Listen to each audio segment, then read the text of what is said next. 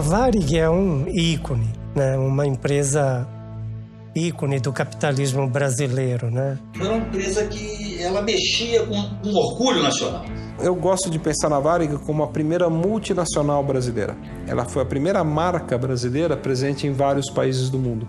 Ela figurava entre as 10 maiores empresas do mundo. A Varig, empresa brasileira, que consegue fazer tudo isso, eu acho que essa grandiosidade faz falta. Era uma estrelinha na bandeira do Brasil. A Varig faz muita falta. É a única coisa que eu tenho a dizer. Os céus estão diferentes. Quando a Varig entrou em recuperação judicial, reacendeu uma esperança, uma centelha de esperança de que ela não iria falir. E eu, nesse entusiasmo, eu escrevi um poema com o título de Augúrios, Desejos para a Varig.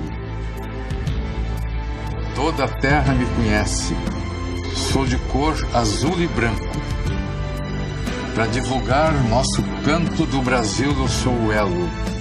E num ato bem singelo, eu já vou cruzando o mundo para fincar firme e bem fundo o pendão verde e amarelo. Vocês receberam os 4 últimos salários? Vocês receberam as férias? De uma certa maneira, né, a gente tem que reconhecer que a Varig pagou um preço elevado pelo seu sucesso. O caso Varig é um fractal, é uma crise in vitro da grande crise brasileira. A quebra da Varig não foi só uma quebra de uma empresa aérea, foi a quebra de um modelo que o Brasil devia seguir. O tempo foi testemunha, né, do absurdo, do trauma que foi para muita gente, né? Pessoas ficaram à míngua. Nós continuamos 16 anos depois do fechamento da Varig, lutando por justiça. Você não tinha solução para a Varig sem apoio político. Era impossível. A Varig foi falida por um modelo de gestão totalmente anacrônico, ultrapassado, jurássico, primitivo, o que quer que seja. A Varig não faliu, a Varig foi assassinada.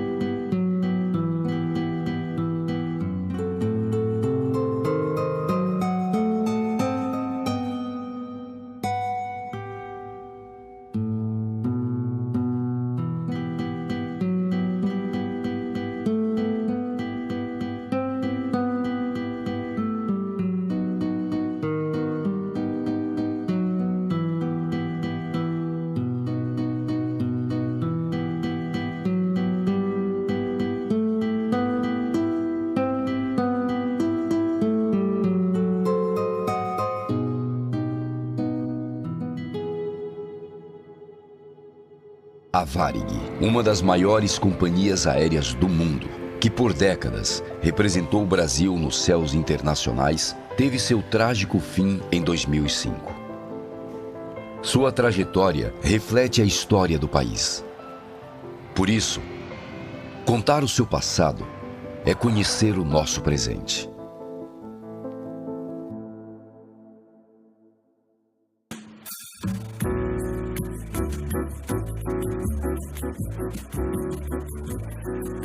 No início do século XX, o Brasil projetava uma imagem de paz e esperança para o mundo. O território de dimensões continentais e clima agradável estava se desenvolvendo. Era o país do futuro. Seduzidos por essa promessa, milhares de imigrantes aportaram por aqui. Entre eles, um ex-piloto da Força Aérea Alemã, Otto Ernst Mayr, um jovem que mudaria para sempre a história nacional. Quando ele está vindo para o Brasil, ele vem no navio E ele encontra um sueco, que é o Ludgren, dono das casas pernambucanas. E esse cara fala pra olha, tu posso te dar um emprego. E ele, já arrumou um emprego no navio antes de chegar, né? E ao chegar ao Brasil, ele ficou impressionado com a dimensão do país e com a inexistência de uma empresa de transporte aéreo brasileira. E imediatamente criou um sonho, que era construir essa empresa. O Otto viaja por várias localidades do Brasil, por Recife, Rio de Janeiro, mas na verdade no Rio Grande do Sul, em Porto Alegre, ele consegue encontrar uma quantidade grande de imigrantes italianos e alemães, principalmente de alemães, e tenta convencê-los a entrar nesse grande desafio, que era a construção de uma empresa aérea. Porto Alegre, na época, até o pessoal disse que era uma cidade alemã. Ele vai frequentar no Clube Germânia e ele encontra uma viúva, que é a Olga Mostardeiro, que era de uma família bastante rica, e aí casam. E no que ele casa, ele ganha um upgrade, vamos chamar assim, né? Ele vai passar a ser da elite local. O trânsito entre importantes políticos e empresários significou a conquista de recursos para fundar uma companhia aérea. Bastava encontrar os ativos que dariam vida à operação. Ao voltar à Alemanha em busca de homens e maquinário, Otto descobriu que o próprio governo alemão queria investir na aviação brasileira, por considerá-la um setor estratégico. Em troca de 21% da futura empresa aérea, conseguiu as aeronaves e os pilotos. Com isso, finalmente tinha em mãos tudo o que precisava. No dia 7 de maio de 1927, nascia a Aviação Aérea Rio-Grandense, a Varig, a pioneira. A primeira linha foi a 7 de maio de 1927, fazendo a Rota da Lagoa. Foi de Porto Alegre a Pelotas, Rio Grande, lá foi o voo inaugural. A Varig começa com um avião arrendado, que era um Dornier Val, o Atlântico, o BAA. Alguns dizem que o gaúcho desbate em função do avião da Varig. Eu não sei se é verdade, mas conta-se essa história. E esse avião é um hidroavião. Ele não precisou de fazer instalações do tipo fazer pista, fazer nada, porque pousava no Guaíba. Naquela época você não tinha, no transporte aéreo, pistas de pouso, você não tinha aeroportos. Então todo o processo de pouso e decolagem das aeronaves após a Varig começar a funcionar eram feitos no Guaíba, o que era um grande desafio. A partir dali ela foi desenvolvendo e desenvolveu o estado do Rio Grande do Sul. O estado do Rio Grande do Sul se tornou um estado rico e forte, pela forte colaboração de uma empresa aérea, porque interligava os municípios, e isso agiliza, e se agiliza, o progresso vem mais rápido. Ela cuidava de fazer as ligações do Rio Grande do Sul, ligações intraestaduais, e se aventurava timidamente a uma outra rota um pouquinho mais ao norte, para Santa Catarina. Nossa, para os comerciantes da época, para os políticos da época, foi fantástico, começando que nem tinha estrada direito. Os carros eram muito precários. Motores precários, ia naquelas estradas de terra, atolava. O avião chegava lá em 2h30, 3 horas, então estava em Pelotas. Rapidamente, Otto percebeu a necessidade de ter algum apoio governamental. Seria impossível seguir naquela jornada sem apoio governamental. E Oswaldo Aranha foi a pessoa que abriu as portas da Varig para o apoio governamental. E junto com ele, obviamente, Getúlio Vargas. Em 1930, quando Getúlio Vargas liderou uma revolução para dar fim à política do café com leite e destronar os paulistas da presidência da República, recorreu à conveniência dos aviões da Varig. Quando foi fazer a Revolução de 30, tinha que ir lá nos coronéis, tá? Porque o Vargas vai ter todo o apoio do interior. E uma das coisas que a Varig vai fazer vai ser sempre botar um avião à disposição, né, e tal. E precisava ajuda da Varig para que pudesse levar Getúlio clandestinamente para outras localidades, para reuniões, como trazer pessoas também para Porto Alegre.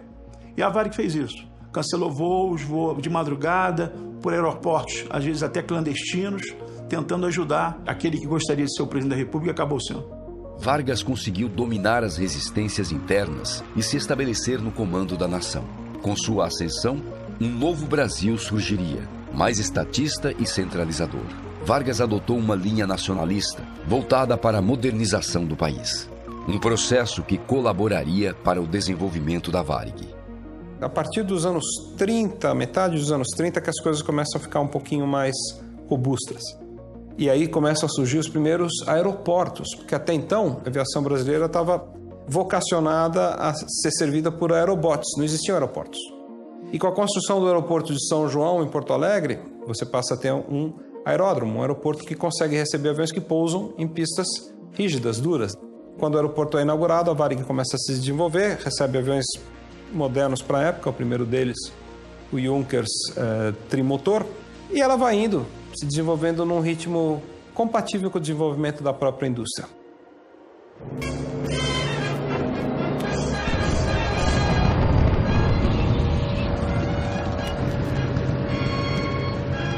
E no Brasil, você tinha uma bela discussão se o Brasil migraria para o eixo ou não. Getúlio Vargas tomou a decisão final de seguir com os aliados. Só que você tinha um processo de contrapartida de ambas as partes. Mas a contrapartida que o Brasil tinha que dar era que as empresas aéreas que existiam no Brasil deixassem de ser controladas por alemães e italianos.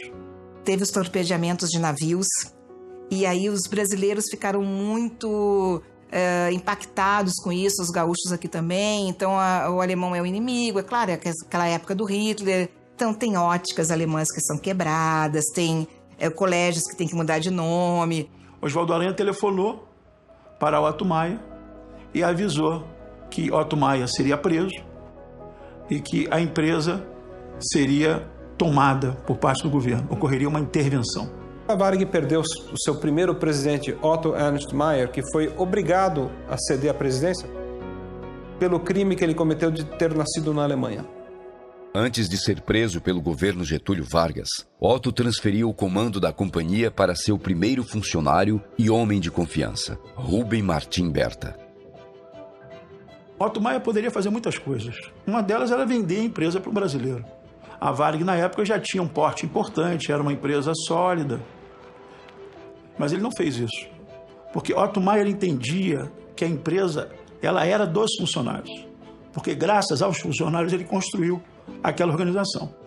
Então, nesse sentido, ele entregou a empresa para Berta com o compromisso que Berta, de alguma forma, construiria, junto com outros gaúchos, alemães e italianos, uma estrutura jurídica que viesse a proteger a Varig. E daí surgiu a fundação dos funcionários da Varig.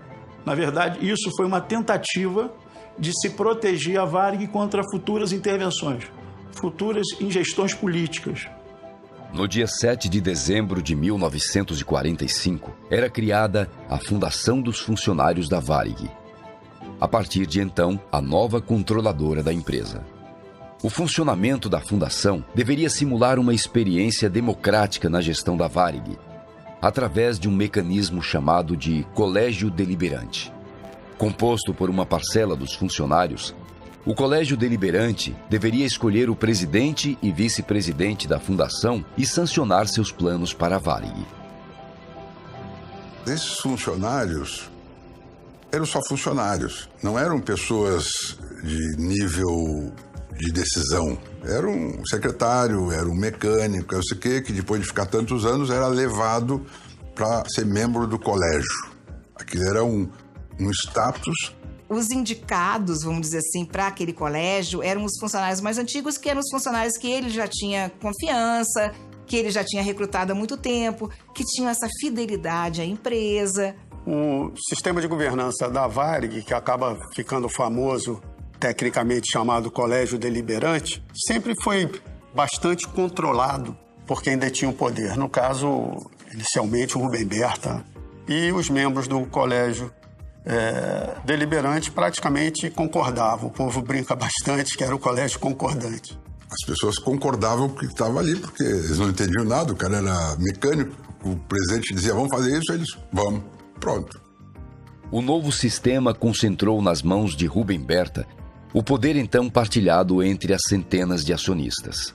Com a manobra, Berta se viu livre para comandar a companhia e fazer valer sua vontade. E seria por essa liberdade e pelo exercício de suas ideias que a Varig conquistaria nas décadas seguintes uma nova posição no cenário brasileiro e mundial de aviação. Berta, que, como eu disse, tinha sido o primeiro funcionário da companhia, empreendeu um novo ritmo para a empresa. Rubem Berta foi um grande empresário na oportunidade, que ele realmente é o responsável pela grande expansão e pelo grande nome que é a aviação aérea rio-grandense. Foi o grande idealizador, vamos dizer, o visionário, o presidente visionário da Varig. Foi quem realmente a tornou internacional. A Varig começa a sonhar alto. O primeiro grande movimento nesse sentido é a compra da Aerogeral, que era uma empresa que voava até Natal, Rio Grande do Norte, e com isso a Varig se aventura para valer além da região sul e sudeste. Ela começa a voar para a região inicialmente nordeste, depois centro-oeste e norte do Brasil. Ela começa a expandir sua linha de serviço. E em 55 a gente tem mais um momento que eu acho que é decisivo, uma mudança, uma inflexão na curva histórica da Varig.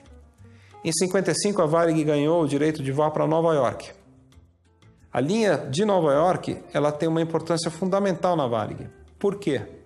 Porque não foi apenas a possibilidade de uma empresa lá do Rio Grande do Sul voar para a capital do mundo ocidental, Nova York. Berta enxergou aí um desafio e uma oportunidade, porque os líderes enxergam mais as oportunidades do que os desafios. E Berta era um grande líder. Ele falou, puxa, eu tenho que competir com a mais poderosa companhia aérea do mundo, a Pan American. O que eu tenho que fazer para encarar os gringos? Avião, eu estou trazendo um comparável ao que existe de melhor, o Lockheed Super Constellation, que a Varig comprou especificamente para essas rotas. Mas aí ele teve uma sacada de gênio, de mestre. Ele falou, vou ganhar dos Yankees na qualidade do serviço. Vou fazer algo que eles não fazem. E aí chamou um amigo dele, o Barão von Stuttgart, que tinha um restaurante muito conhecido no Rio de Janeiro, um restaurante boate chamado Vogue, e falou para o Barão von Stuttgart, falou, eu quero a comida que você serve no restaurante servida nos passageiros que vão para Nova York. O Barão não se fez de rogado e o resto é história. E esse homem desenha todo um cardápio especial. E esse cardápio surpreende os clientes. Os clientes ficam maravilhados e começam a comentar boca a boca. Você já viajou naquela empresa brasileira, Varig? A comida é uma coisa excepcional, não existe ninguém que faça aquilo no mundo. Então era cascata de camarão, lagosta, tinha feijoada, churrasco, coisas de louco. E os gringos adoravam aquilo.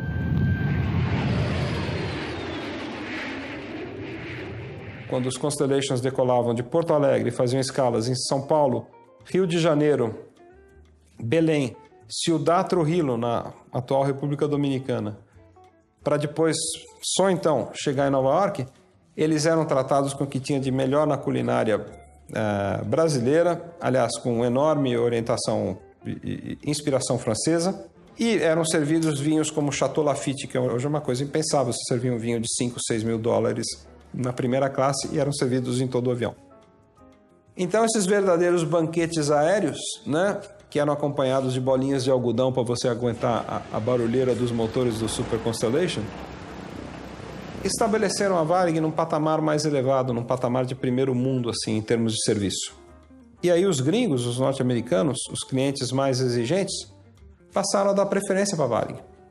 A outra coisa que foi feita, que era muito interessante, com uma mudança muito importante para as mulheres, que começaram a não querer mais ser apenas esposas e mães, e na verdade queriam ter a sua liberdade econômica, queriam conhecer o mundo todo, Berta se aproveitou disso. E trouxe mulheres lindas, mulheres super competentes, mulheres charmosas, para que fizessem o papel de comissárias de bordo. Deu capacitação para elas.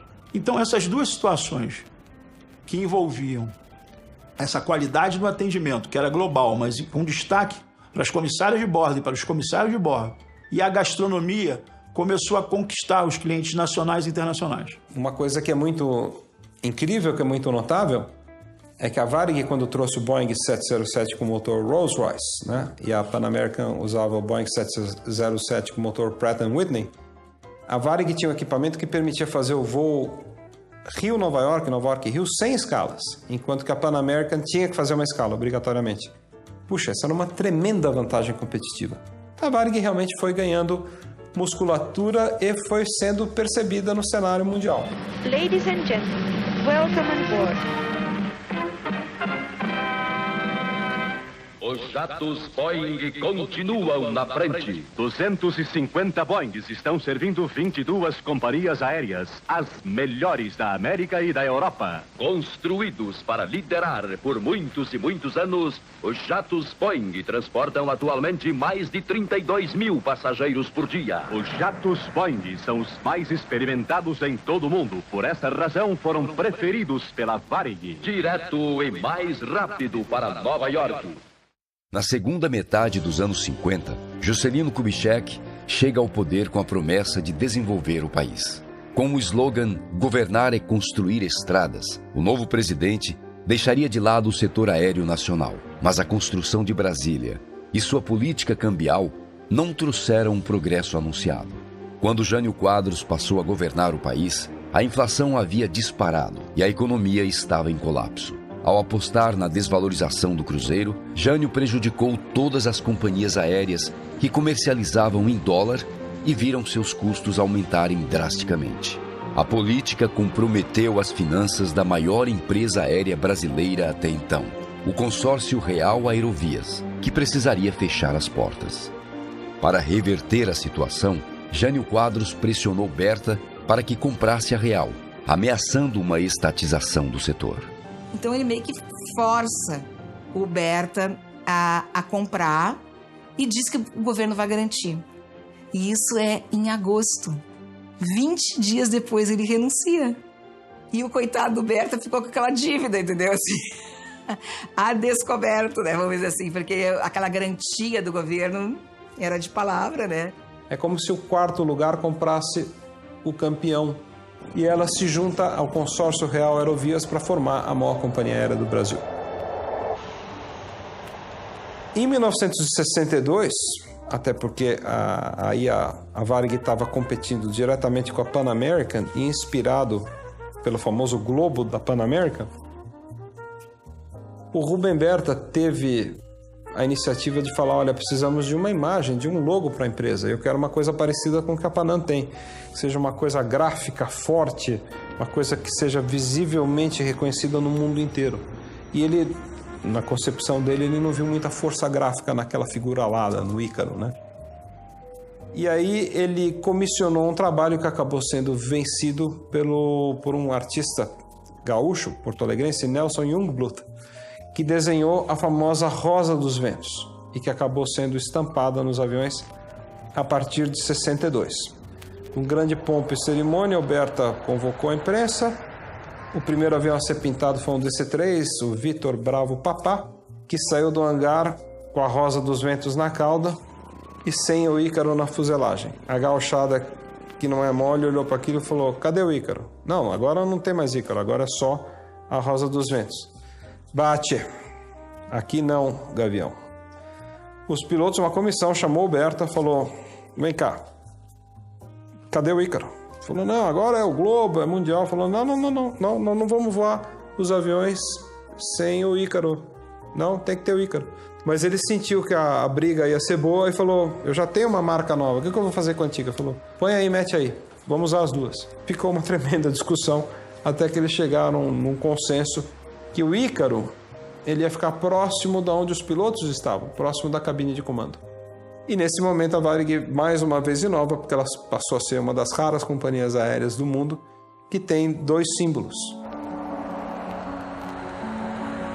Apesar da compra da Real, o fantasma da estatização não desapareceu. Depois de superar a saída repentina de Jânio Quadros da presidência, era preciso lidar com as ameaças oferecidas por João Goulart. Ele também queria estatizar as empresas aéreas para criar a Aerobrasil. E a data para sua fundação já estava marcada, 19 de abril de 1964, em comemoração ao aniversário de Getúlio Vargas. Mas as turbulências políticas afastariam este mal, trazendo uma nova era em que a Varig se constituiria na estrela escolhida para brilhar nos céus do Brasil e do mundo. Atenção! O senhor presidente da República deixou a sede do governo. Sob a nossa responsabilidade, a população do Brasil, o povo, a ordem. Depois da convulsão de 1964, que é um ano capital na história do Brasil, a economia se estabiliza, ainda que politicamente o Brasil viva um momento de exceção, mas o Brasil começa a se desenvolver. A Varig agora dominava toda a América do Sul, toda a ligação com a América Central e a América do Norte, mas faltava a cereja no bolo da Varig, que eram as rotas para a Europa, que até então era um território ocupado e muito bem servido pela Panair do Brasil. Aí a gente tem aquela passagem tenebrosa, infelizmente, da história, em que a Panair é assassinada, né, por decisões políticas. Que, no meu ponto de vista, houve uma imprudência dos donos da Panair quando tentaram fazer algumas reuniões secretas com o objetivo de trazer de volta Juscelino Kubitschek à presidência da República. E isso, obviamente, foi pessimamente visto pelo governo militar. E aconteceu o que aconteceu. Os donos da Panair, eles eram também os donos da Excelsior, TV Excelsior, que era a maior TV do Brasil na época, né? E ela era contra os militares, né? Depois de 64, a TV Excelsior fez muitas matérias e reportagens atacando o governo militar. Então, obviamente, o governo militar fez uma opção estratégica pela Varig. Ela foi proibida de voar com uma ordem de que ela tinha falido, o que não era verdade. E no dia seguinte, os aviões da Varig já estavam prontos para fazer a rota dos aviões da Panair. Qualquer pessoa que conhece aviação sabe que você não consegue planejar as coisas de um dia para o outro.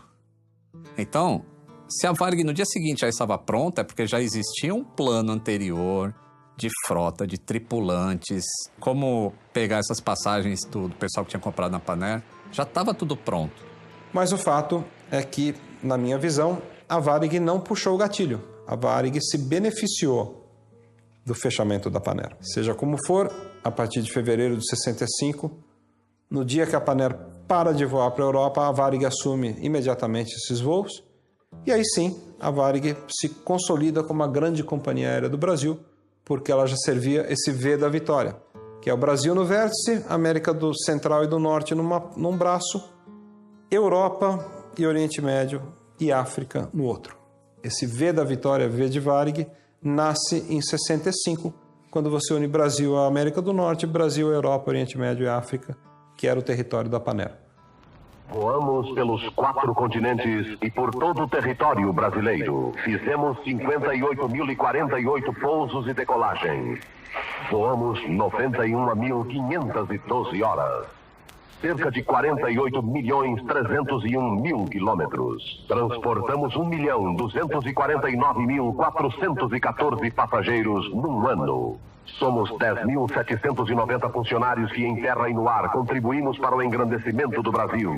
É hora de Brasil. O momento é de progresso. Tempo de Varig, um símbolo mundial.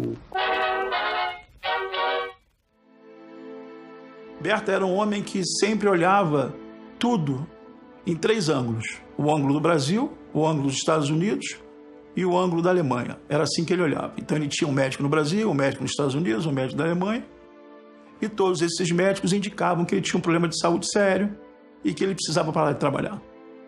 E ele tomou uma decisão que ele iria trabalhar até a morte, que ele ia morrer trabalhando, o que veio a acontecer. Depois de colecionar tantas vitórias, 1966 ficou marcado como um ano de perdas. A Varig se despediu para sempre de seus 2 grandes líderes, Otto Ernst Mayr e Ruben Martin Berta.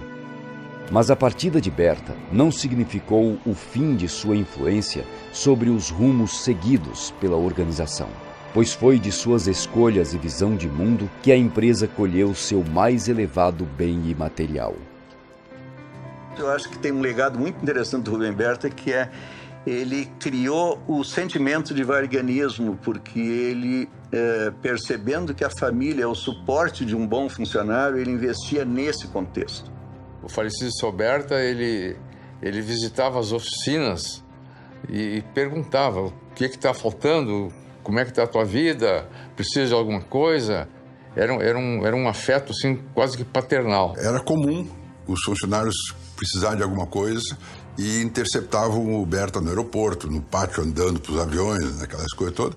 E ele simplesmente pegava um papel, um guardanapo e dava uma passagem para não sei o que. Ele dava e o funcionário com aquele guardanapo ia na seção pessoal, está aqui a autorização, e aquilo era documento. Aquilo não se discutia. Tinha a assinatura do Berta, está assinado, está mandado. A Varig sempre teve um serviço médico que, para o funcionário, para os familiares, os dependentes, com pediatria, obstetrícia, todas as especialidades, a Varig tinha aquela... que era um porto seguro. E isso nos ensinou a amar a empresa. Ele financiava residência para os seus funcionários, principalmente o pessoal de terra, que tinha que ir de manhã cedo, os transportes na época eram difíceis e tal, então eles financiavam ir para aquela região do aeroporto, casinhas que os funcionários pagavam, mas a Varig era a sponsor, né? Então, tu imagina uma empresa que te cuida, uma empresa que te dá casa, uma empresa que criou o primeiro supermercado. Eles tinham um tipo de um armazém aonde tu fazia uma relação de toda a dona de casa lá, né? A esposa do comandante, a esposa do mecânico, a esposa... Era para todos, né? Ela faz uma lista de compras e eles vão descontar só no mês que vem do teu salário. Com o falecimento de Berta, trabalhando numa mesa, teve um infarto fulminante, o que ocorre? Há uma certa briga interna pelo poder, o que é normal numa grande organização. Vários daqueles eram pessoas que trabalhavam na empresa desde a sua criação, praticamente, e tinham a ambição do poder. Só que aqueles que eram leais à Berta mantiveram a posição de Berta, que inclusive tinha feito uma carta que ia ler na Assembleia e não pôde porque faleceu, na qual ele dizia que o Eric era o seu substituto natural. E o Eric foi colocado na presidência. De dezembro de 66 a 1980, a gente tem o reinado de Eric Oswaldo Kastrup de Carvalho, que foi um grande presidente da Varig. Se a Varig foi erguida por Rubem Berta, ela foi consolidada por Eric de Carvalho. Ele não era oriundo da Varig, ele era Paner, mas ele era um homem de confiança e assimilou bem. O Eric de Carvalho tinha resistências, sofria resistências internas à época. O que eu fiquei convencido é de que isso basicamente arrefeceu porque o Eric de Carvalho passa a ter uma gestão mais técnica, mais voltada efetivamente para o negócio, e como isso faz sucesso, aparentemente passou a ter um certo controle. E por uma grande coincidência também, né? Porque na vida você tem que ter sorte. Sucesso é importante, mas sem sorte, às vezes, você não tem sucesso. O momento era propício. O Brasil começou a ficar na moda. O tricampeonato na Copa dos 70 deu uma projeção internacional para o Brasil. A Varig estava lá para colher esses louros todos. E a gente entra no milagre econômico brasileiro, que beneficia todas as empresas aéreas do Brasil, porque a economia crescia a 2 dígitos por ano, e a Varig era a empresa melhor equipada para fazer esse tráfego entre o Brasil e o resto do mundo, e mesmo o Brasil, o grande Brasil, sonhado pelos militares, né? Um Brasil que se conhece, que se frequenta, que se viaja. E como você teve um momento do milagre brasileiro, onde o Brasil crescia, e crescia muito, né? Que grandes empresas foram construídas, a Varig também decolou e conquistou o mundo. Houve uma decisão muito importante do governo militar que a Varig seria a sua empresa de bandeira. A empresa que iria representar o Brasil. A empresa onde seus escritórios seriam embaixadas do Brasil no mundo todo. Sem dúvida, a Varig foi um posto avançado, né, da diplomacia brasileira pelo mundo afora. Às vezes estava sem dinheiro, estava numa situação difícil, né, numa situação de dificuldade muito grande fora, procurava uma loja da Varig, de alguma maneira conseguia fazer um contato com a sua casa no Brasil, conseguia que alguém trouxesse um dinheiro, conseguia ler o jornal, né, de casa, conseguia ler uma revista, alguma coisa. A Varig tinha um serviço gratuito de transporte de medicamentos do exterior. Gratuito, não cobrava nada, cobrava o medicamento em si. Então, faziam fila, as pessoas pedindo remédios difíceis, que era importado, a Varig abriu um setor para fazer isso. Se tu tinha um brasileiro doente em Paris e que precisava contato com a família aqui, na época não tinha internet, não tinha nada dessas coisas, a Varig fazia o contato, mandava pacotes, fazia coisa, ela fazia isso de graça. Ou seja, ela tinha um papel social com o Brasil muito grande. E a Varig passou a ser uma empresa que voava para praticamente todos os continentes. E voava bem. Voava com serviço maravilhoso, com equipamentos que eram os melhores da época, e foram anos de muito, muito, muito crescimento. A brincadeira que a Varig, a dona da noite, que foi motivo de campanhas comerciais e publicitárias, na verdade é até relativamente modesta. A Varig naquele momento era dona do dia e da noite.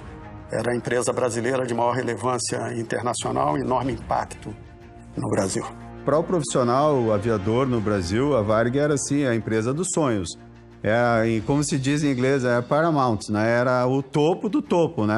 O la crème de la crème, né? O exercício da profissão de aeronauta no Brasil, ele era concebido de uma forma genérica e de uma forma especial, que era ser o piloto da Varig.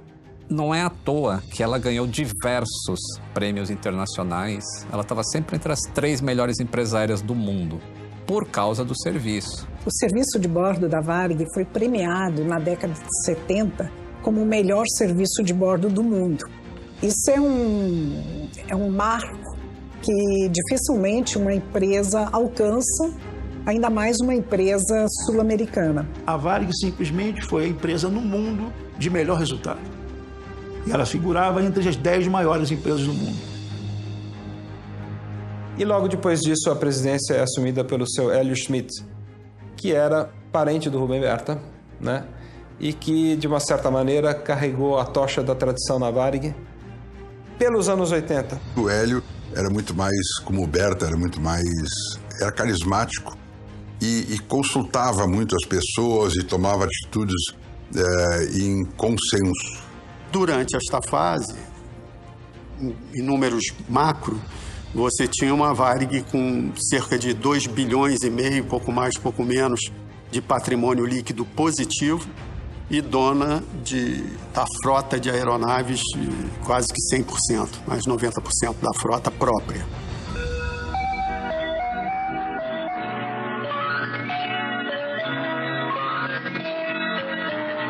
Você espera que 86 seja repleto de paz e fraternidade. Nós também.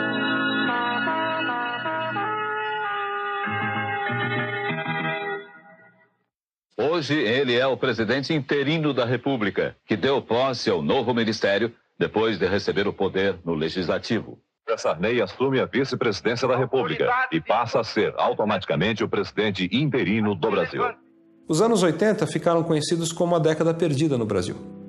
A economia brasileira foi destroçada, primeiro por uma crise internacional e segundo por uma crise gestionada aqui dentro do Brasil, que passou por uma série de convulsões, a transição do fim do período de exceção para o início da democracia em 85, e depois com sucessivas atrapalhadas econômicas das equipes econômicas que assumiram, juntamente com o presidente José Sarney, que entrou com aquela série de famigerados pacotes econômicos que destroçaram não só a economia como um todo, mas aniquilaram com as chances de sobrevivência das companhias aéreas brasileiras. A partir de 85 ali, começou a ter no Brasil assim um período de muita inflação. Tá? E eu me lembro, assim, porque eu vivi, né, esse período, a incerteza que a gente tinha, sabe? Era difícil, assim, você pensar como você vai organizar o seu salário. O meu primeiro salário, acho que foi 8 milhões e alguma coisa de uma moeda que eu nem lembro mais, se era cruzeiro, se era cruzado novo. Então a gente viveu uma época realmente horrível. E aí a gente via na televisão, aparecia lá o Sarney ou qualquer o presidente da hora. Falou, não, agora temos um plano, vamos congelar preços. E aí congelava preços e não dava certo, ficava 1, 2, 3 meses sem inflação, depois explodia de novo e começava a aumentar os zeros. Então era uma loucura para a gente conseguir planejar a vida. Agora você pensa isso numa empresa. Como é difícil gerenciar custo num setor que tu tem que ter uma margem muito pequena quando tu tem uma inflação muito grande. Então, não foi só a aviação, né? Foram todos os setores, na realidade. Mas no caso da aviação, muito dos insumos são comprados em dólar. A origem dos problemas econômicos e financeiros das companhias aéreas brasileiras, todas elas, tem a ver com esses pacotes econômicos com consequências nefastas. Depois de uma década de prosperidade, o Brasil vivia um cenário de caos econômico. Numa tentativa desesperada de frear a hiperinflação, José Sarney recorreu a um plano extremo, o congelamento de preços, que incluía a fixação do valor das passagens aéreas. As medidas anunciadas hoje de manhã pelo presidente Sarney representam a mais profunda mudança na história da economia brasileira. O processo de deteriorização da economia da Varig, ele se inicia no governo Sarney, com o congelamento tarifário. Esse congelamento tarifário que aconteceu foi terrível, assim, porque uma coisa é uma empresa definir qual que é o valor de uma passagem aérea, que era o que aconteceu com a Varig e o DAC. E outra coisa é o governo congelar os preços para que... É tipo um populismo, assim, para que a pessoa não ache que está pagando caro numa passagem aérea. E quem é que vai ressarcir o custo da empresa aérea? Porque um avião, ele é pago em dólar. O leasing dele é em dólar. E aí você está congelando o preço dele em real, enquanto o dólar está disparando lá atrás. Como se a Varig fosse uma empresa que operasse apenas no Brasil, como se fosse uma padaria, uma quitanda, que compra do fornecedor lá da área de hortifruti granjeiros. Na realidade, era uma empresa aérea que voava para a América do Sul, Europa, África e Estados Unidos, onde os preços, principalmente da América do Sul, ela tinha que abastecer lá, por exemplo, combustível inflacionado mensalmente mais caro e mantendo o preço da passagem congelado. Então ela tinha que vender passagem por um valor irreal. Porque se eu gasto mais de combustível do que vale a passagem, para que eu vou vender a passagem? E elas continuaram vendendo passagem porque o governo mandava. Esse é o defasagem tarifária. É isso aí que quebrou a Varig. Porque ela passou durante um tempo longo vendendo passagem e perdendo dinheiro. Todo voo que a gente botava o passageiro a bordo, a Varig perdia dinheiro. É um congelamento tarifário canhestro, né? Malvado, né? Que quebra as pernas de uma grande empresa que antes emprestava dinheiro para o Banco Central. 10 anos antes, ela 10 anos depois está ali amarrada, tendo que voar com prejuízo, porque o governo não pode enfrentar a inflação que de fato não sabe enfrentar, a inflação que não provém da tarifa nem do combustível, né? Provém de fatores monetários e fiscais que produzem aquele ambiente de desorganização. O congelamento de preços constituiria um dos desafios enfrentados pela pioneira, mas não seria o único. Dentro da organização, a Varig também sofria com reveses administrativos. A fase de seus grandes líderes havia ficado para trás. Na gestão do Hélio Smith, na minha opinião, eu acho que ele escolheu algumas pessoas para dirigir certos departamentos na Varig, muito mais baseado em escolhas pessoais do que em competência técnica ou em preparo acadêmico. Eu acho que as escolhas da diretoria a partir do Hélio Smith, muitas vezes são mais construídas em cima de, infelizmente, de relações pessoais e muito menos em torno de talento ou capacidade. E empresa nenhuma sobrevive a isso, né? Minha visão de gerência técnica, né? Me parecia que a Varig não conseguia uma gestão eficaz nos seus custos. E eu fui me dando conta que a governança, o estilo de gestão da Varig era bastante perdulária, porque ninguém se preocupava com o custo. Vamos fazer o melhor. Quanto custa? Não quero saber, vou fazer o bom e bonito, né? Eles serviam um bife de 300 gramas. Um bife de 300 gramas é bastante, sabe? Assim, é um pratão, assim, o passageiro achava o máximo. Só que muitos daqueles bifes de 300 gramas as pessoas nem comiam todo, porque era bastante. Vinha outras comidas, tinha salada, tinha outras coisas. Era a bandejinha era bem farta, assim, tudo. Tinha sobremesa e tal. E aí um cara lá pensou, vamos tirar 100 gramas. Aí fez as contas lá, né? Que se ele tirasse 100 gramas do bife, Nossa, somando todos os voos, somando todos os prazos, era toneladas que na verdade eles iam economizar. Mas como é que é? O diretor de comercial lá, não, isso aí é miséria de vocês. Como é que vocês querem tirar isso aí? Isso aí é a tradição da Varig. Então tinha essas lutas assim, sabe o velho contra o novo, sabe? Essa coisa assim, ó. Vamos economizar nisso. Não pode. Imagina, isso aí é uma tradição. Nessa época, nesses 7 anos que eu fiquei no treinamento, nos primeiros meses que eu tinha assumido o cargo, recebi de um alto setor da empresa um recado assim: Scherer, vai vendo aí a compra do simulador de MD-11. Nós tínhamos vários simuladores, tinha 747, 67 e tal. E eu fui ver o preço da cotação que estava sendo oferecido, eu achei exorbitante. E aí eu perguntei para o meu diretor: escuta, a Varig costuma fazer licitação? Ele disse: olha, nunca fizeram, mas se tu quiser tu faz. E me deu carta branca. Aí eu recebi 5 ofertas de outros fabricantes de simulador, né? E a média dessas 5 outras ofertas era quase a metade do preço da primeira. A forma de gestão, de governança da companhia facilitou muito que tudo fosse mantido em compartimentos estanques e em benefício de poucas pessoas e não benefícios, assim, significativos do ponto de vista do patrimônio pessoal. Não é isso. É mais gestão com resultados que beneficiam pessoas dentro das circunstâncias da própria gestão, mas que para a empresa são extremamente nocivos, perdendo a sua saúde econômica, financeira. A gestão de pessoal, ela era um pouco bagunçada sim, porque eu, por exemplo, eu tive um erro no meu salário uma vez, veio errado o olerite. E aí eu perguntei para o meu amigo que entrou comigo no mesmo dia, fazia a mesma função e o dele não estava errado, estava certo. E aí eu levei isso para o departamento pessoal e ficou 4 anos para eles resolverem uma questão de erro deles. Uma das reuniões que eu assisti, e uma diretoria queria fazer um novo tipo de serviço num voo do Brasil para Madrid, uma primeira classe diferenciada e tal.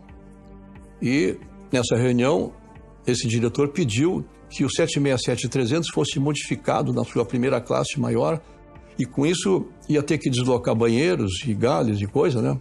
E o que acontecendo, depois de muito dinheiro gasto, muitas horas extras de projetos de modificação e reconfiguração e tal, e os aviões ficaram prontos no final de março. E foi anunciado para esse diretor: olha, os aviões estão prontos, como pedido, pode operar agora no início de abril. Qual a modificação? Aquela pedida em janeiro. E eu ouvi. Não precisa mais, continua a mesma coisa. Esse tipo de coisa eu assisti muito. Encerra essa década basicamente com os mesmos 2,5 bilhões, mais ou menos, de déficit. E a frota já tinha sido toda vendida e praticamente toda realugada. Agora paga aluguéis para terceiros para o uso das suas próprias aeronaves. O seu Hélio passa um período bastante difícil de gestão. Infelizmente, não foi um período de sucesso, por mais esforço que ele tenha feito junto com a sua equipe, mas ele faz o sucessor. O sucessor do seu Hélio é o Rubel Thomas. O Rubel, ele era mais ele. Ele tinha um estilo de administração diferente. E errava muito, exatamente porque ele não tinha consenso. E esses erros começavam a botar a gente numa situação complicada. E é fundamental lembrar que a transição do governo Sarney traz à presidência da República Collor de Mello. E Collor de Mello tem uma agenda extremamente negativa em relação à Varig. O primeiro presidente eleito após a promulgação da nova Constituição tomava posse de um país sem muitas esperanças. As recentes crises e a inflação geravam incertezas para o futuro.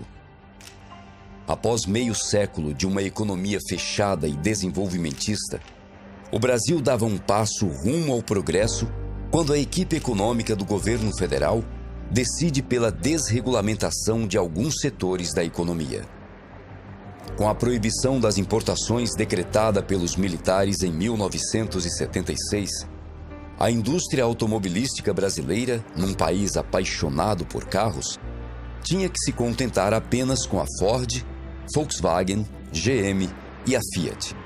Nos meses iniciais de seu governo, Collor suspende as barreiras para a importação de veículos e abre o mercado nacional para as marcas estrangeiras. Após uma simples assinatura do presidente, os brasileiros então poderiam degustar os carros que nunca puderam ter.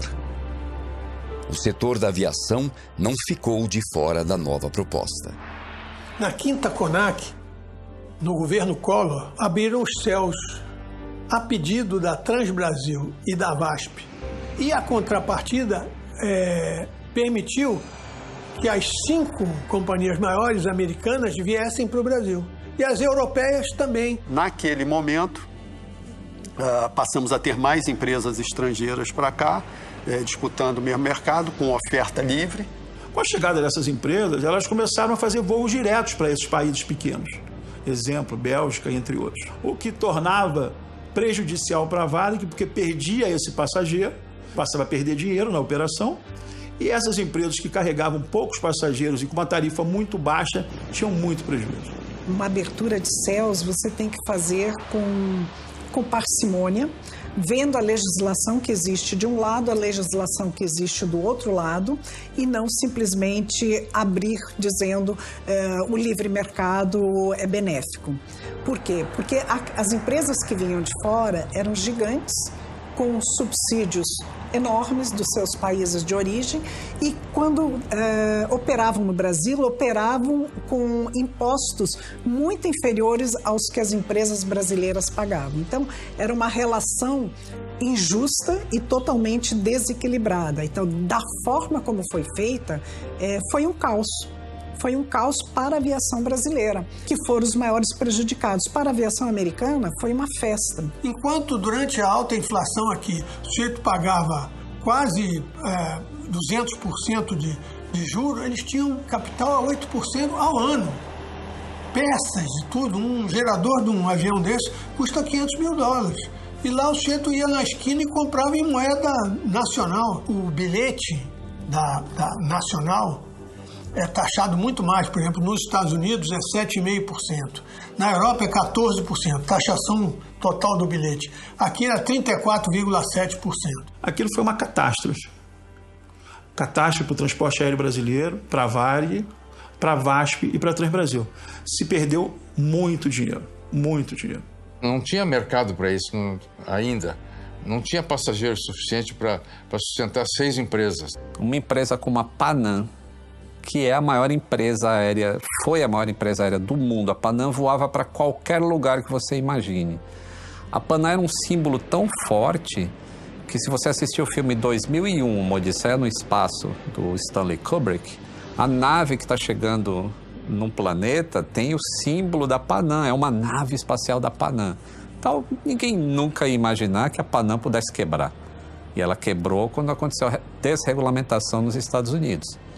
Se os gestores da Varig tivessem observado que a desregulamentação ia chegar no Brasil, talvez tivessem tomado outros tipos de ações para proteger a empresa. Não tomaram. Então, quando veio a desregulamentação, aí começou a derrocada. Aí foi prejuízo em cima de prejuízo, tanto da Varig, quanto da Transbrasil, quanto da VASP. Todas as 3 gigantes, elas não existem mais hoje, por causa da desregulamentação e da competição. Apesar das políticas liberais na importação, as políticas cambiais não haviam mudado. Assim como seus antecessores, o plano de Collor para combater a inflação incluía o congelamento de preços, mas com uma novidade ainda mais perversa: o confisco das poupanças. A medida gerou um caos. Sem acesso ao dinheiro, as pessoas não tiravam mais férias e passaram a poupar o pouco que tinham. O então presidente da Varig, Rubel Thomas, enfrentou uma situação nunca antes vista na empresa. As dívidas acumuladas e a concorrência acirrada, tanto no mercado nacional quanto internacional, exigiam da companhia uma mudança radical. O Rubel tem uma história interessante porque a gestão dele foi marcada por alguns erros estratégicos incríveis, né? No momento em que o mercado de aviação demandava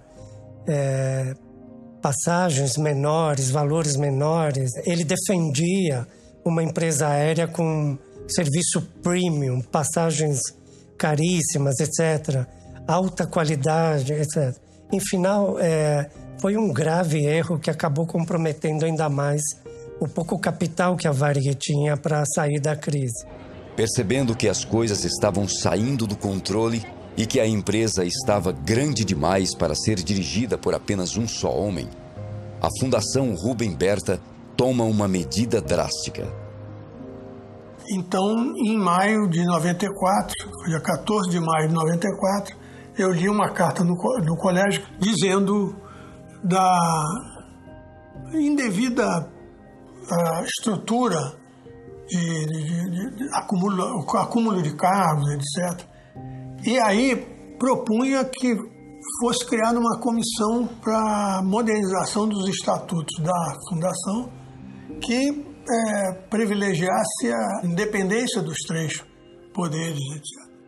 Dessa comissão surgiu a ideia de fazer um conselho de curadores que substituiria a presidência da Fundação. Com essa desarticulação, criou-se o presidente da Fundação, aí criou-se um conselho de alguns diretores e funcionários, e esse conselho é que indicava o presidente da Varig que não deveria ser um dos próprios. Então, ficou essa estrutura. Só que tinha muito funcionário do colégio que tinha o seu diretor.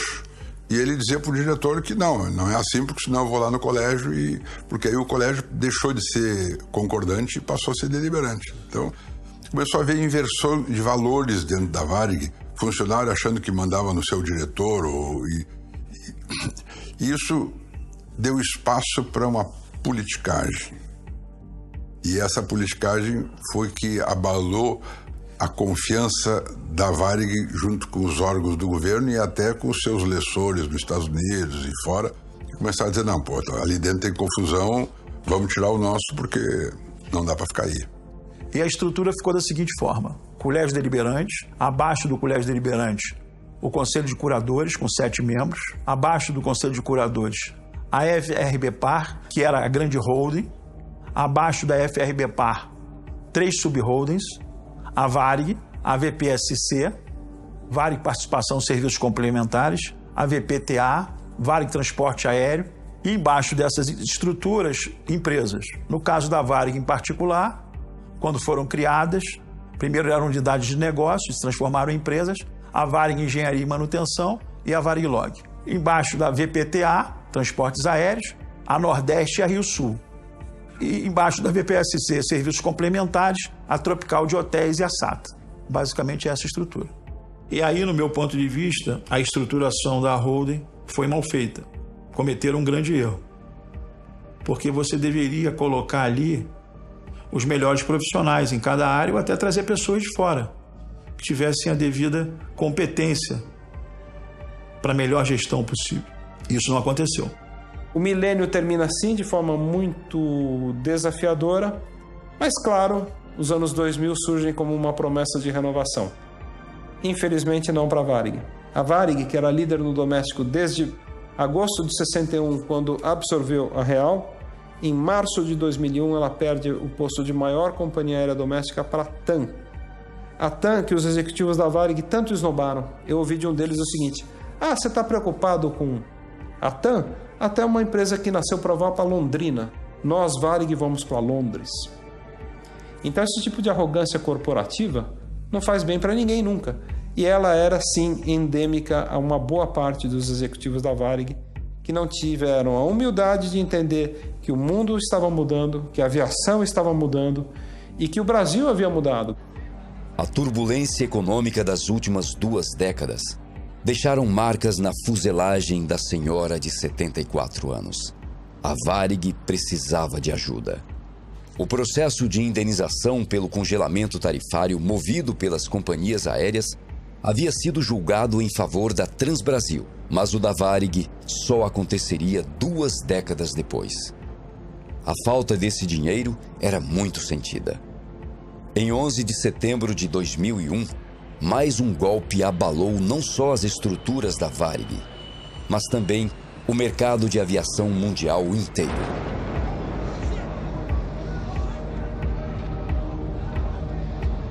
No ano seguinte, a seleção brasileira trazia a taça do Penta nas asas da Varig, símbolo do final de uma era. Essa foi a última vez que a estrela da pioneira brilhou mais forte. Mesmo endividada, surgia com o novo governo uma esperança para dias melhores. O Yutaka, ele me mostrou claramente que tinha uma força que estava muito interessada na destruição da Varig, que era o PT, o Partido dos Trabalhadores, né? Tem um episódio que ele descreve que o Delúbio Soares e o Silvio Pereira foram à Varig e pediu uma doação para o PT. Isso na primeira eleição do Lula, em 2002, né? Eles chegaram lá, olha, tá todo mundo doando, o Rolim tá doando, e na verdade o Rolim da TAM foi o maior doador do PT naquela eleição. Então eles disseram, olha, tá todo mundo doando, vocês não vão doar, o Lula vai ganhar, vocês vão ficar de fora e tal. E o Yutaka falou, olha, a Varig não tem condições financeiras para ficar fazendo doações. Isso irritou a dupla petista a ponto do Delúbio levantar, enfiar a mão no bolso, tirar R$10, jogar no Imagawa e falar assim, toma aqui para pobrezinha da Varig, né? O Yutaka me garantiu que ele não doou nada, nenhum recurso para a Varig. Mas outras fontes me disseram que a doação foi feita, sim, depois de muita conversa e pressão. Digo para você, todas as campanhas do PT e da CUT eram patrocinadas pela TAM. Se você entrar no site do TSE, fácil, tem isso no livro Caso Varig que eu acabei escrevendo, tá lá, é só ver quem patrocinava, como patrocinava, isso fica muito claro. Quando o Lula assumiu, o Zé Dirceu, que tinha vindo de Cuba, foi para Curitiba, estabeleceu relações com o Rolim e começaram a articular isso. Quando a gente assumir, a gente faz isso aqui, a gente levanta a TAM e quebra a Varig. Cabe também destacar que o presidente do BNDES, à época, Lessa, afirmou para a revista Isto É que foi impedido de ajudar a Varig pela Dilma Rousseff, pelo José Dirceu e pelo Palocci. Eu sei que, talvez, as intenções deles não fossem aquelas que nós gostaríamos. Mas o fato de ministros impedirem uma solução ao presidente de uma instituição importante como o BNDES deixa uma grande preocupação em relação à postura do governo no processo de salvação da Varig. Vou me reservar para não declinar o nome, mas um ministro do STJ viajou muito antes do Lula ser eleito de Porto Alegre para Brasília ao lado do José Dirceu. E houve qualquer atraso, um passageiro atrasado, etc. E dito pelo próprio ele avisou a gente na época disso. Disse assim, se o Lula ganha, essa empresa está frita. Palavra José Dirceu. E eu não posso relatar, mas uma pessoa que estava diretamente ligada ao PT, eu não consegui falar com ele, eu queria ter autorização para dizer o nome dele, disse claramente para mim em Brasília, o PT não vai ajudar a Varig, o PT quer destruir a Varig. E nós sabíamos, através de um professor nosso que tinha um irmão no MR8, que a Dilma dizia isso nas reuniões, que ela queria destruir a Varig. Estou colocando para vocês que a força do governo, a força do BNDES é algo enorme. Você lutar contra o governo que quer te destruir, a tua sobrevivência é muito difícil. Então a Varig é uma empresa heróica, porque ela passou no governo Collor, quando o Collor queria destruir a Varig. Não entendo que isso aconteceu no governo Sarney, não entendo que isso aconteceu no governo Itamar, mas entendo que, infelizmente, isso aconteceu no governo do PT. Dilma Rousseff, ministra da Fazenda na época, afirmou ser favorável a qualquer plano que ajudasse a salvar a Varig, desde que não utilizasse dinheiro público. O presidente Lula afirmou para jornalistas do Itamaraty que outras empresas de aviação como a TAM e a Gol vinham crescendo, não cabendo ao governo salvar uma empresa falida por seus déficits, que para isso existiam outras instâncias como a Lei das Falências. Linhas de crédito não eram aprovadas pelo BNDES e a Petrobras estava cobrando adiantado o combustível. A Varig precisava de uma solução rápida para se manter viva. E foi o próprio governo federal que fez a proposta. O César Cury, que também deu uma entrevista aqui, ele deixou muito claro para mim, nas duas conversas que a gente teve, eles queriam um processo de fusão Varig-TAM, onde nem a Varig nem a TAM comandariam a empresa, mas teriam pequenas participações. E o César Cury falou claramente, dizendo, olha, eu conversei com eles e eu falei, mas quanto a Varig vai ter nessa nova empresa? E o governo disse, não mais do que 5%. E eu falei, tá bom, tudo bem. 5% dessa nova empresa, tudo bem. Mas e a TAM? A TAM vai ter o resto? E eles disseram, não. Quem vai controlar a empresa é o governo. Então, a proposta do governo era criar uma estatal. Né? Ou, se não fosse uma estatal, um dos tais campeões que o PT criou, a rodo, JBS, Oi e vários outros, né? Onde o governo teria interesse e botaria ali seus comandantes, e a Varig também seria uma delas, né? E o César Cury me disse claramente, a Varig não se opôs a isso. Para a gente, tanto fazia. Se a Fundação Rubem Berta pudesse ficar com alguma coisa, estaria bom, né? Quem se opôs a isso foi a TAM. A TAM não quis ser encampada, ela recusou, e depois ela é vendida, ela faz uma associação com a Latam, né, e cria essa empresa aérea que está aí, mais ou menos, né? Apesar da fusão das duas empresas ter sido rejeitada por ambas, o governo fez com que as companhias compartilhassem as vendas das passagens e os seus aviões. Com a falência iminente, não restava outra alternativa. Numa situação onde a Varig tinha uma taxa de ocupação na casa dos 58%, a TAM tinha menos de 40%, e fizeram uma fusão onde a Varig era obrigada a vender a metade das passagens oferecidas e a TAM a metade. O pessoal que voava no ano 2002 deve se lembrar de tentar comprar no balcão da Varig, e o colega que estava atendendo o balcão da Varig pedir para ele ir para o balcão em frente, comprar no balcão da TAM para embarcar no avião da Varig. A TAM era uma concorrente feroz da Varig. Quando a TAM começou em Congonhas, eu ainda estava na Varig. E a gente odiava aquela empresa. Era como se fosse um time de futebol mesmo, uma torcida, assim, um Grêmio contra o Internacional, um odiando o outro. Então, quando surgiu, anos depois, esse code share TAM com o Varig, tipo, mas o que está acontecendo? É como se o universo tivesse virado de cabeça para baixo. Para a sorte da Varig, o Zé Dirceu saiu naquele negócio do mensalão, e em seguida morreu o Rolim, e aí se desarticulou o troço e acabou não dando. Mas foi mais uma paulada que a Varig levou, e que isso contribuiu bastante para a sua quebra. Inconformados com a situação da empresa tão querida pelos seus funcionários, parte deles se organizava para exigir mudanças. A Associação dos Pilotos da Varig, então, começa a desenvolver um plano para salvar a empresa. A forma com que se construiu esse movimento de ação industrial, esse movimento no sentido de interromper a decadência da Varig, ela foi programada com assessoria de uma empresa de consultoria na área administrativa, comandada pelo professor Paulo Rabelo de Castro.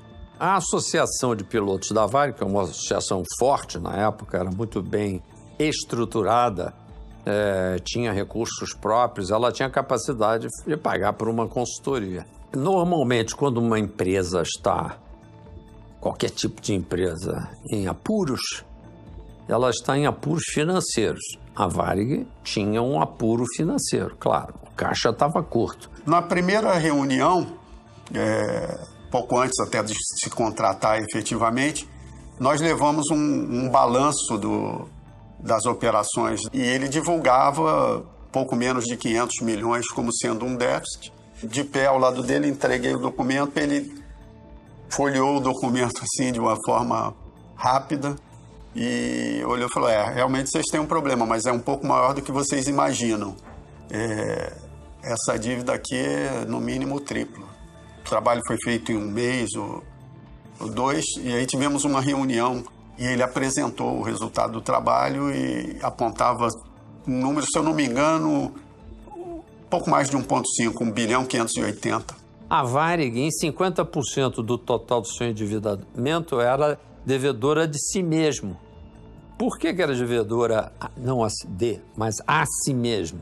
Porque eram os próprios operadores das aeronaves, comandantes, mecânicos de voo, comissários, pessoal de terra, os variguianos, que eram os credores do seu fundo de pensão, que não era abastecido porque a Varig queria fazer caixas. Eu pago depois, já que vocês não estão usando todo o aéreo. Se é um pecúlio, deixo para pagar. 50% da dívida era renegociável. Daí a solução partia exatamente dizer, bom, então se eles são credores, deixa os caras trabalharem para irem buscar o seu próprio crédito. Depois o Banco do Brasil era governo. Mas quem era governo? Não era o governo que estava devendo uma ação de congelamento tarifário que praticamente cobria todo aquele crédito e ainda sobrava? Então, se você olhasse os dois lados do balanço, um ativo contingente que dependia de uma batida final de martelo da morosíssima justiça brasileira. Se tivesse resolvido a ação de congelamento tarifário, fazia um mata-mata com o setor estatal e a Varig já estava estabilizada. Um economista que tinha sido meu contemporâneo de colégio, Paulo Rabeiro de Castro, sujeito brilhante, etc., mas que fez um plano de auxílio à companhia meio mirabolante. Ele queria pegar todo o dinheiro do Aeros, dos contribuintes, inclusive as contribuições dos aposentados e tudo, para capitalizar a empresa, né? E aí eles estariam no comando da empresa. Quer dizer, não há nada que pudesse ser razoavelmente aceito. Mas eles fizeram muito movimento, assim, muito farfalhar de penas por aí, na mídia, com passeatas, etc., com aquele intuito brando que era salvar a companhia, mas a dificuldade era na alta política que não se sensibilizava com aquelas passeatas, né? Percebendo que não iriam ser ouvidos, a APVAR decide iniciar um movimento político. Os deputados da bancada gaúcha se reuniram para defender a empresa que era um orgulho para o Estado. Reuniões em Brasília eram constantes, mas nenhuma solução foi encontrada. Greves e protestos também foram meios que os pilotos encontraram para fazer valer a sua vontade. Mas a diretoria da Fundação Rubem Berta não via essas ações com bons olhos. Essas pessoas, pelo fato de terem se rebelado contra esse modelo, elas foram demitidas no auge desse movimento que foi capitaneado, que foi liderado pela Associação dos Pilotos, e imediatamente passaram a compor uma lista, né, negra que foi distribuída universalmente, mundialmente, né, e foram pessoas que de alguma forma politicamente acabaram sendo perseguidas. Nós fomos demitidos por uma forjada justa causa, mas foi por uma causa justa, né? Atropelaram tudo o que se pode ver de normalidade de direito. Nossas fotografias foram expostas nos aeroportos, nos períodos talvez mais ditatoriais da história, né? Funcionários que implementaram o que tinha de melhor para dentro da empresa. Eu era instrutor na empresa, o Flávio foi quem trouxe, o Flávio era premiado, foi quem implementou o CRM de primeira geração na empresa. Então, gente vindo da IFALPA, gente vindo de todo lugar. A empresa tinha um nível de pilotos na associação naquele momento espetacular. Eles simplesmente nos demitiram, botaram nossas fotografias e falaram: vocês não trabalham mais no Brasil. e pior que cumpriram a risca. O Yutaka Imagawa, que era o presidente do Conselho de Curadores e vice-presidente da Varig na gestão do Osíris, demitiu a diretoria da Pivar por declarações na mídia, etc., contra a empresa. E isso deu uma sinalização para eles que a companhia não estava mais aceitando aquela influência política de uma associação dentro da companhia. Com isso, houve uma redução muito grande. No início eles tinham 1.200 sócios, no final foram reduzidos a 200 e coisa. Em 2005, a Varig é basicamente a primeira empresa nacional a recorrer à Lei de Recuperação de Empresas, então recém-promulgada.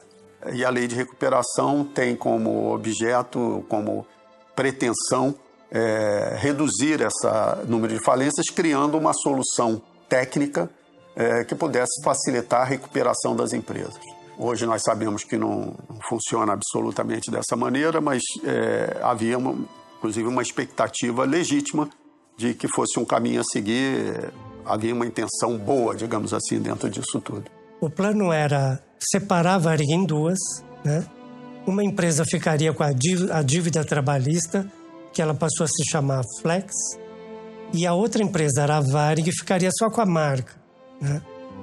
E o leilão, eles venderiam a marca da Varig.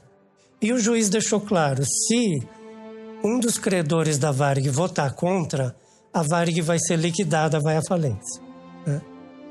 E naquele momento, o representante da General Electric levantou a mão e falou: a General Electric, que é credora da Varig, vota contra. Aí o juiz falou assim: você tem consciência de que esse seu voto vai levar a Varig à falência? Ele falou: tenho. Eu tenho consciência. Bom, é isso que você quer? É isso que eu quero. Nisso levanta uma pessoa do sindicato e fala: eu tenho um questionamento, né? Qual é? A General Electric não pode votar nessa assembleia porque ela não é mais credora da Varig.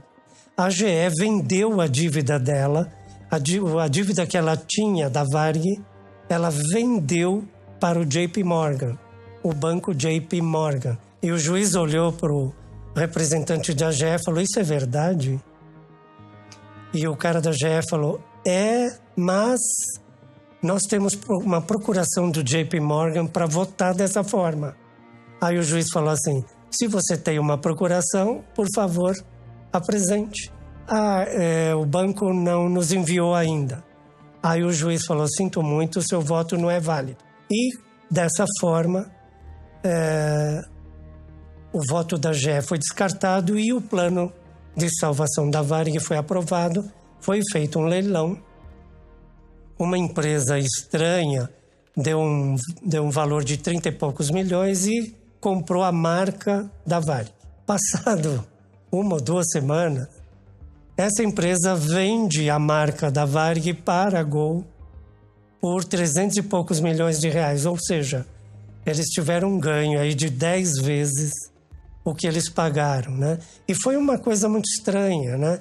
Porque a Gol estava lá, a Gol podia dizer: eu dou 60, eu dou 40, e seria um lance maior. Mas ela não deu. E a Gol leva a marca da Varig, né? De uma forma estranha, mas depois tem uma razão para isso, né? Um dos grandes medos da Gol era que qualquer juiz trabalhista dissesse: você comprou a Varig, então você é responsável pelas dívidas trabalhistas. Mas, com essa intermediação, que é evidente que era proposital, os créditos trabalhistas, as dívidas trabalhistas morriam ali. Porque a Gol comprou a marca não no leilão, mas de um terceiro, né? Uma maneira de tirar as dívidas trabalhistas do meio do caminho. Quando a liquidação da Varig é consolidada, o que ocorre com as ações da Gol? Elas crescem 600%. Então, ficou evidente para mim que a General Electric tinha muito interesse que a Varig fosse liquidada, porque isso catapultaria o valor das ações da Gol que a GE tinha. Então, a GE estava no conselho de credores da Varig, não para salvar a Varig, mas para destruir a Varig. Eu era contra o leilão da Varig, sabe? Porque eu sabia que existiam coisas nebulosas, você comprar por um preço e vender por 10 vezes o preço, etc. Isso tudo há uma combinação, infelizmente, mais abrangente nesse negócio todo, e é por isso que eu não queria entrar nessa recuperação judicial de jeito nenhum. Em um processo acusado de irregularidades, um grupo de empresários e um fundo de investimentos americano conseguiram arrematar parte da Varig no leilão por 52,3 milhões de reais. Apenas 8 meses depois, eles venderiam a operação para a Gol Linhas Aéreas por 324 milhões de reais. O martelo foi batido às 11 horas e 20 minutos do dia 20 de julho de 2006. A estrela da pioneira se apagou nesse dia. E aquela foto do Panda que mostra todos os aviões parados, né, no chão, aquela foto para mim, que a gente que gosta de aviação sabe, que uma vez que tu estacionou a tua frota, tu não decola mais, né? E ele viu isso e ele foi lá, alugou um helicóptero, foi lá e te deu a foto, e é uma foto histórica, né, que a frota da Varig toda no chão. O apagão aéreo, ele foi consequência da derrocada da Varig. Quando a Varig quebrou, a gente tinha, ao contrário do que aconteceu na época da Panair, que já estava tudo pronto, não estava tudo pronto para uma derrocada da Varig. Então, diversas linhas internacionais que precisavam ser feitas, deixaram de ser feitas, e outras caíram no colo da empresa que assumiu essas rotas, que foi a TAM. E ela não tinha tamanho nem capacidade suficiente para gerenciar tudo isso. E aí começou o apagão aéreo. Assim, uma desorganização, a gente não consegue voar, a gente tem voos cancelados, o controle de tráfego aéreo está perdido, a gente tem uma demanda muito reprimida porque os preços estavam baratos, pessoas querendo viajar, e a gente tem aquelas imagens horríveis na cabeça ainda daquele monte de gente dentro de um aeroporto, deitado no chão, com voos cancelados, sem nenhuma informação, sem ter hotel, sem ter nada.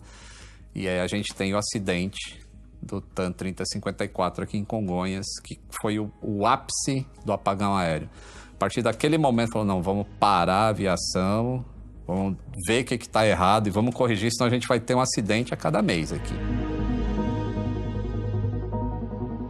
Bom, a pergunta que não quer calar, né? Eu me pergunto, por que uma empresa com 85% do mercado internacional e 65% do mercado doméstico teria interrompido a atividade de uma forma abrupta, né? Ou não tão abrupta, praticamente anunciada, né? Porque os últimos anos da Varig foram anos bastante difíceis, visivelmente difíceis, né? E a gente se vê se perguntando repetidamente por quê. Mas basicamente a questão do fim da atividade da Varig é ligada à administração, a forma com que ela era administrada, né, e a forma com que se estabeleceu o modelo de governança corporativa da Varig.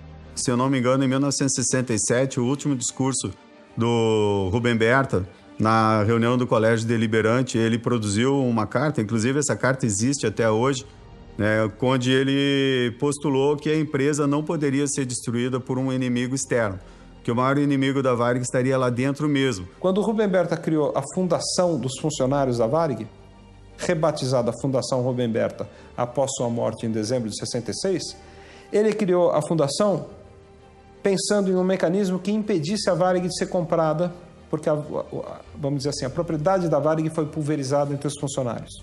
Sem saber, ele criou um mecanismo, e não era essa a intenção, que conferia à Fundação Rubem Berta um poder de veto, um poder extraordinário. Todas as medidas dos executivos da Varig tinham que ser chanceladas pela Fundação e pelo Colégio Deliberante, muitas vezes conhecido como Colégio Delirante, lá de Porto Alegre. Eu, na conclusão do livro, eu digo que a Fundação Rubem Berta cometeu muitos erros, né? O momento que ela precisava enxugar despesa, demitir gente, cortar custo, cortar voos que não eram competitivos, produtivos, né?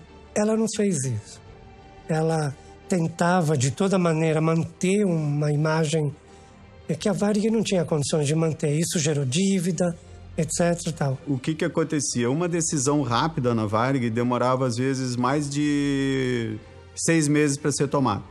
Né? Uma decisão de mercado, uma decisão que exigisse enorme rapidez e celeridade, né? Podia demorar 60 dias, 6 meses, às vezes até 1 ano para que fosse tomado, né? Para, de alguma forma, ir buscar o mercado.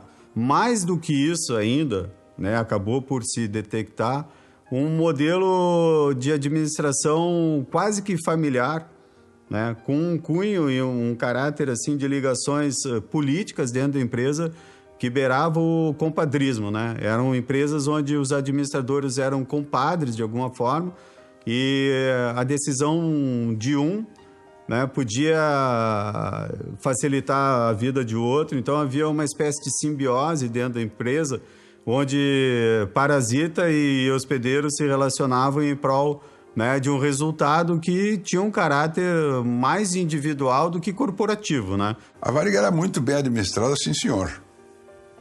Não tinha essa história de empreguinho e amiguinho, não. Ou ele era competente ou ele não entrava. Querer imputar a falência da Varig à má administração, a má preparo dos seus funcionários, eu não concordo.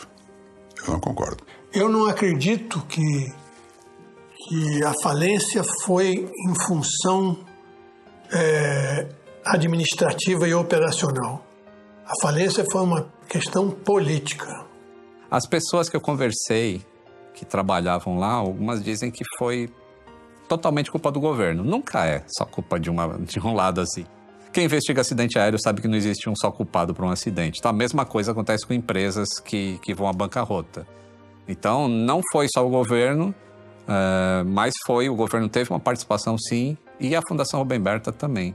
A instabilidade do Brasil e todas as medidas radicais que são tomadas, elas são muito prejudiciais para o meio empresarial. Uma das coisas mais importantes para o Brasil, que dificilmente a gente tem nos vários governos, é estabilidade, é segurança, e a Varig, ela sofreu isso por muitas vezes. Quando as Torres Gêmeas caíram, o governo americano injetou mais de 11 bilhões de dólares nas companhias aéreas americanas. Injetou, porque o volume de viagens aéreas caiu bastante. Depois desse acontecimento, muita gente ficou assustada e tal. O governo brasileiro não colocou um centavo na Varig e nas outras empresas do setor. Não, elas tiveram que se virar por conta própria, né?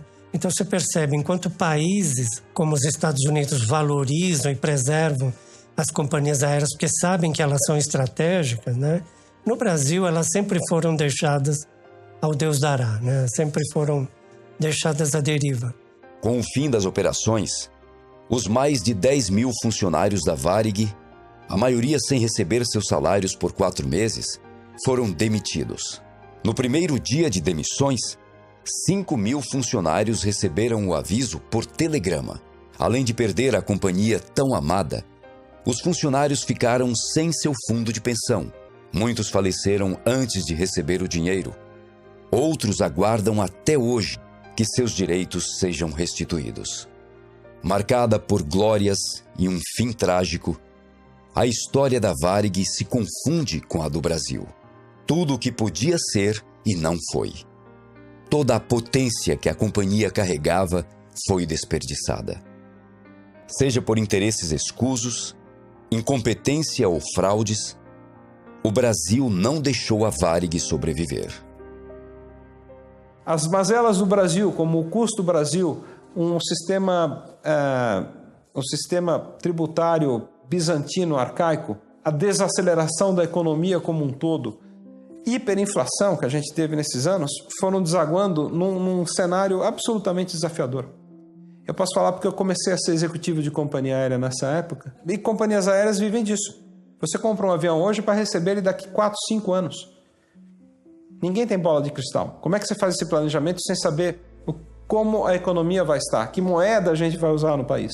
Então, se você me perguntar por que a Varig fechou, eu te respondo, porque estava aberta. A Varig fechou machucada por efeitos exógenos, efeitos externos à companhia, que machucaram a economia, o sucesso e a sobrevivência da VASP, da Transbrasil e da própria TAM, que eram as grandes companhias da época. Eu não entendo como é que uma empresa aérea consegue operar no Brasil. Assim, a gente vê balancetes todo trimestre e é só prejuízo. A carga tributária é muito alta. O governo joga contra as empresas aéreas. E é por isso que a gente não tem diversas cidades que eram atendidas no passado, até na própria Amazonas, que hoje não são mais atendidas, estão abandonadas. Por que o Brasil tem que cobrar o preço mais alto dentre todas as nações do mundo para combustível de aviação? Isso eleva o preço das passagens desde a época da Varig pioneira no Rio Grande do Sul até hoje.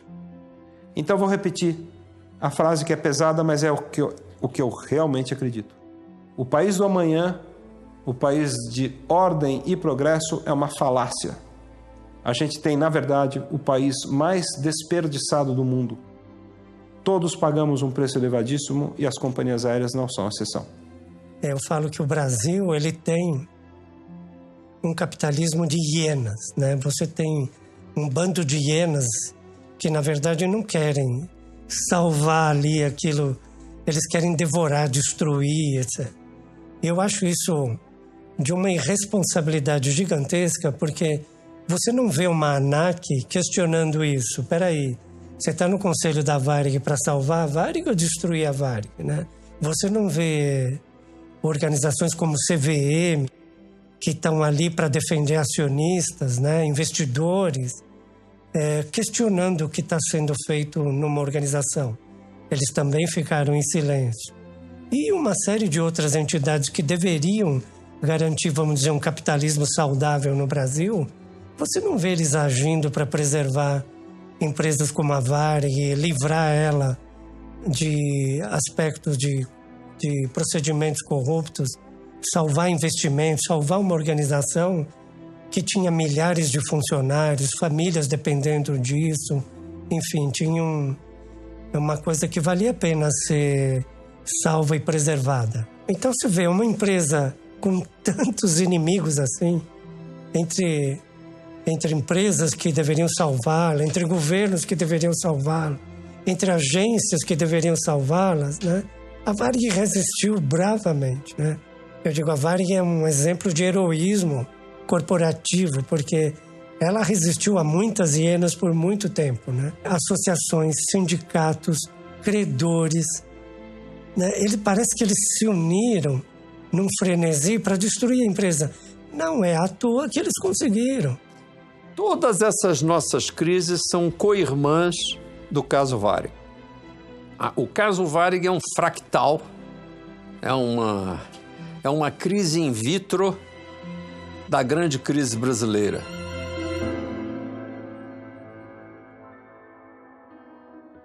O descaso do governo com a Varig. Infelizmente, o governo federal não deu a devida atenção ao pedido de socorro da Varig.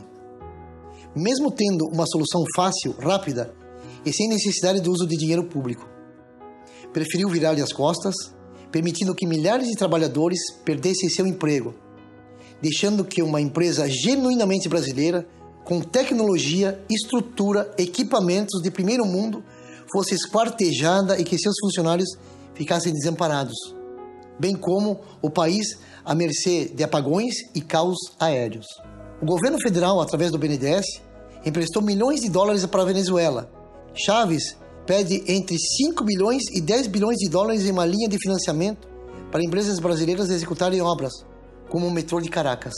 O governo federal, por meio do BNDES, emprestou milhões de dólares à Bolívia, com o objetivo de construir uma estrada, gerando emprego para milhares de bolivianos. O presidente Lula, enfeitado com um cocar de folhas de coca, prometeu um empréstimo de 332 milhões de dólares do BNDES para a rodovia Vila Tanuri, São Inácio de Mochós. O governo federal, por meio do BNDES, emprestou 450 milhões de dólares para Cuba, a serem utilizados na modernização do Porto de Mariel. Brasil perdoa 95% da dívida de Moçambique, no valor de 315 milhões de dólares. O governo federal emprestou 286 milhões de dólares e provavelmente jamais voltarão para os cofres do Estado para a Grécia, E o mesmo BNDES fechou as portas para emprestar dinheiro à recuperação da Varig, por se tratar de dinheiro público. A Varig representava muito mais um país muito mais pujante. Palavras do Osiris Silva. Essa é a minha mensagem. O Brasil deixou a Varig quebrar, falir, para mandar o dinheiro para fora do país.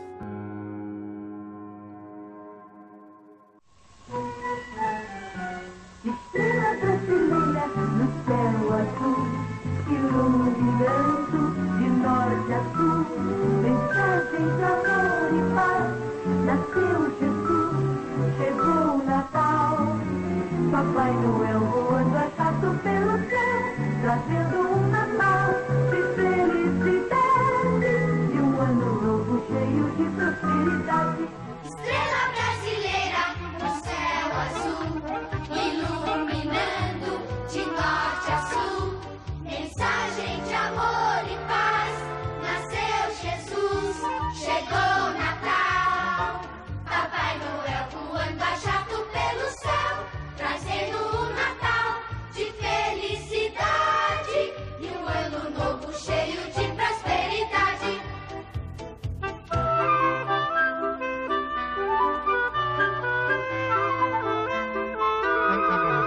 Papai Noel voando a jato pelo céu, trazendo um Natal de felicidade e um ano novo cheio de prosperidade.